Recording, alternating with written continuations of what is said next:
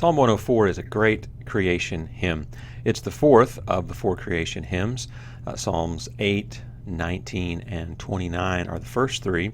This one is more extensive and really amounts to a retelling of Genesis 1 in song. Now, before we get into the text, I want us to take a look at the days of creation as recorded for us in Genesis 1. And look at them through this perspective. I came across this perspective in John Walton's book, The Lost World of Genesis 1, Ancient Cosmology and the Origins Debate. He framed the days of creation in this way, and it really made a lot of sense to me. And so I want to share it with you.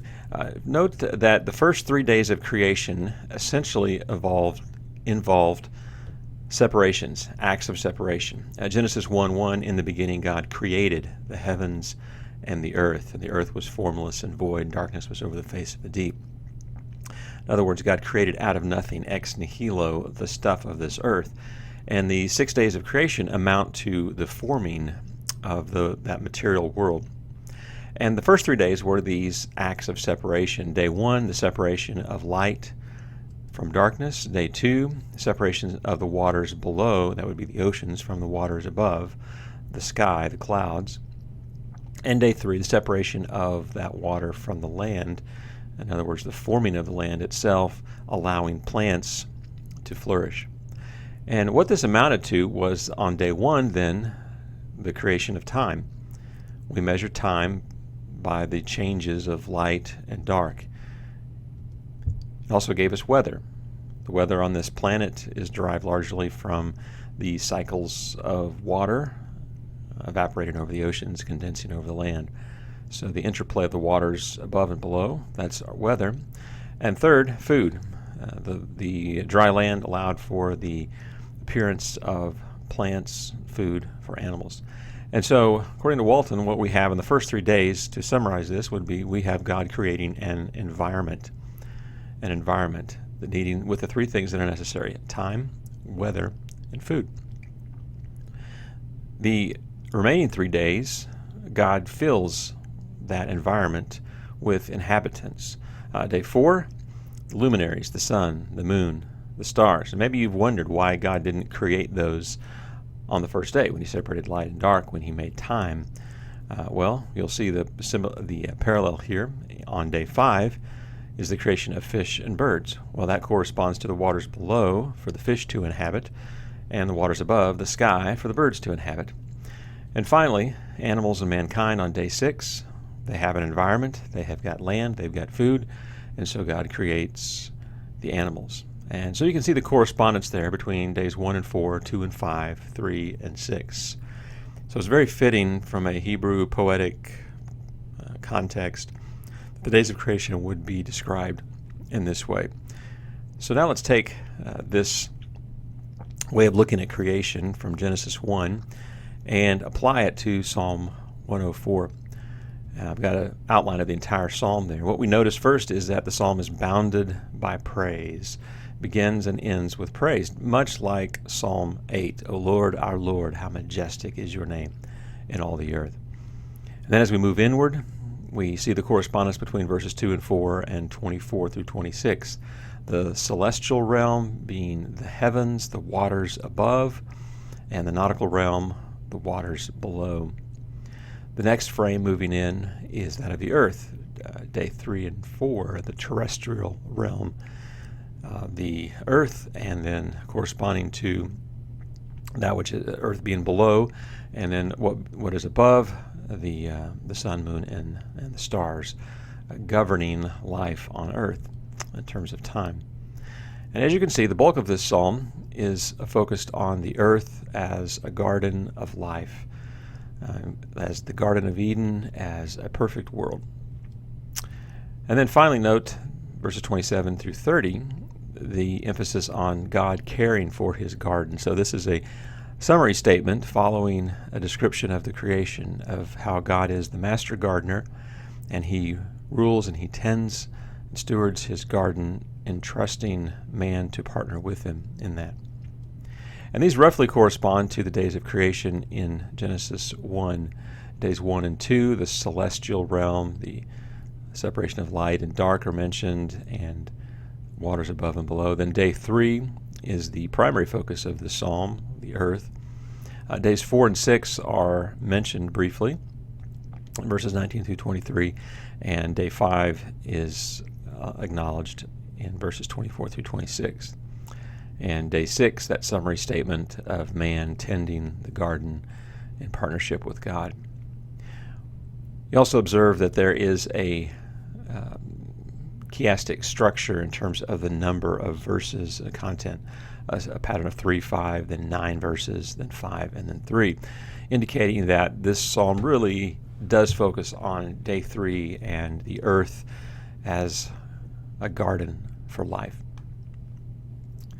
Now, moving through verse by verse, one thing we note about this psalm is the occurrence of the name Yahweh. It will occur 10 times. That could be significant. 10 is a significant number relating to law, order, and of course the world is marked by order. This is the basis for modern science, the fact that things are ordered, predictable. And so the name of the Lord occurs 10 times, perhaps symbolically signifying that. The word earth occurs 7 times. Again, I think not coincidentally. 7 is the number associated with creation, so not surprisingly, the psalmist has woven the word earth in 7 times. The psalmist will move freely between you and he. In other words, second person and third person. In verse 1, we have you, Lord, are very great, and then he, following in verse 3, and then back to you in verse 6. So almost conversational in his use of voice. The word garment figures prominently in the beginning of the psalm. God covers himself with light as a garment. God wears light like we might wear clothing. And that corresponds down in verse 6, where just as God wears light as garment, so the earth was covered with the garment of the waters before the waters and the earth were separated. So the idea of completeness, covering, are highlighted there. God stretches out the heavens like a tent. We noted a similar language in Psalm 19 where God has pitched a tent for the sun, very likely referring to the clouds. In this case, it's interesting that this is quite true literally, although this is probably not what the psalmist was thinking of. We know in the last century there has been a lot of research and observation that has demonstrated that the universe is expanding at a rate of 67 kilometers per second. It is flying apart quite literally. The psalmist didn't know that, didn't have that in mind, but it is interesting that verse 2 is quite literally true, as well as just being a figurative statement of the clouds being stretched out over the earth. God lays the beams of his chambers on their waters. So God's house, God's temple in heaven, is resting upon the waters above the earth, resting upon the clouds and the sky above. He makes the clouds his chariot. He rides on the wings of the wind.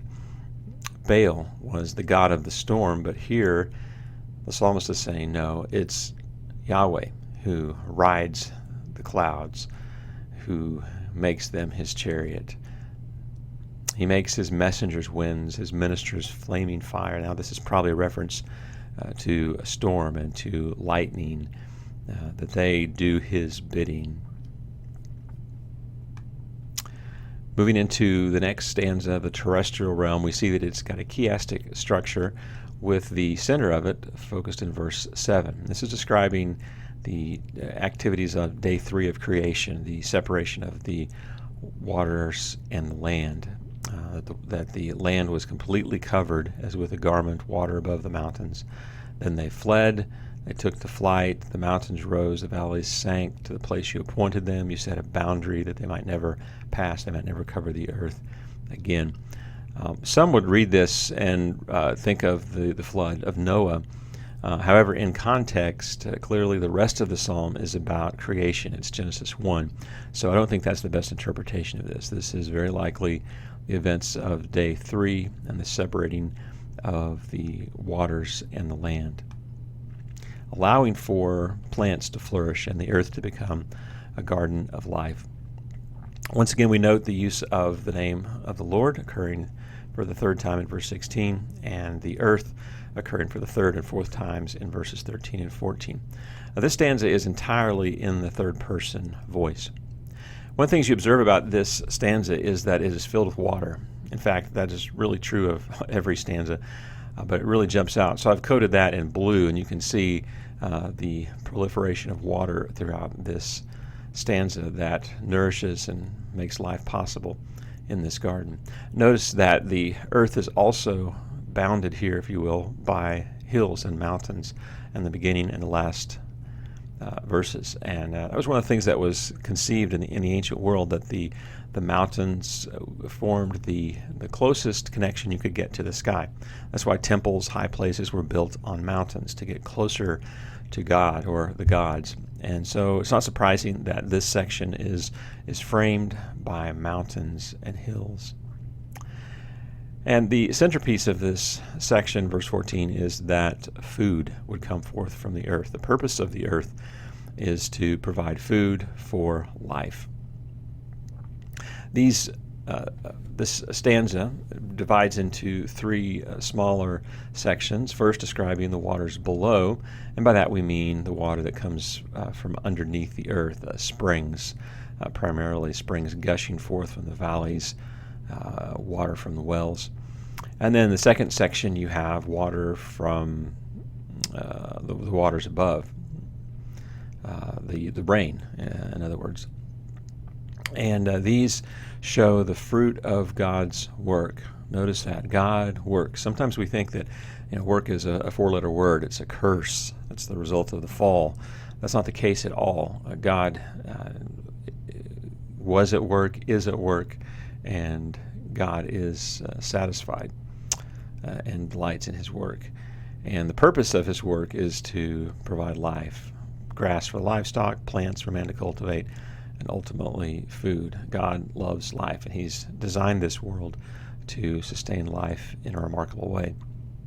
And not just food, not just the things that we need to live, but more specifically in verse 15, wine to gladden the heart of man.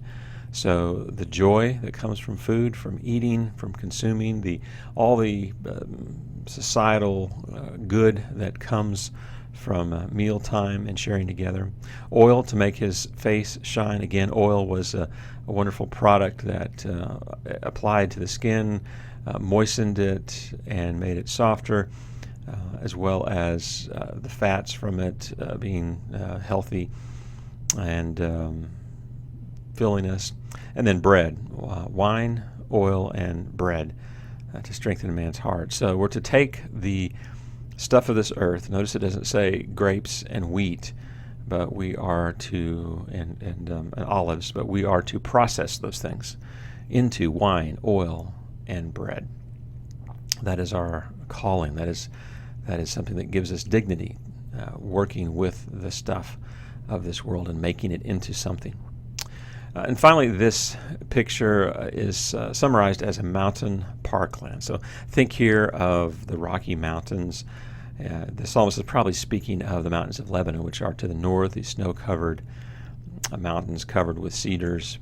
And so he describes this parkland, that it is filled with animals, birds to fill the sky, wild donkeys, wild goats, so larger animals, wild animals, and then finally beasts of the field, probably referring to domesticated animals, and rock badgers to small animals. So we've covered here the entire animal realm, terrestrial animal realm.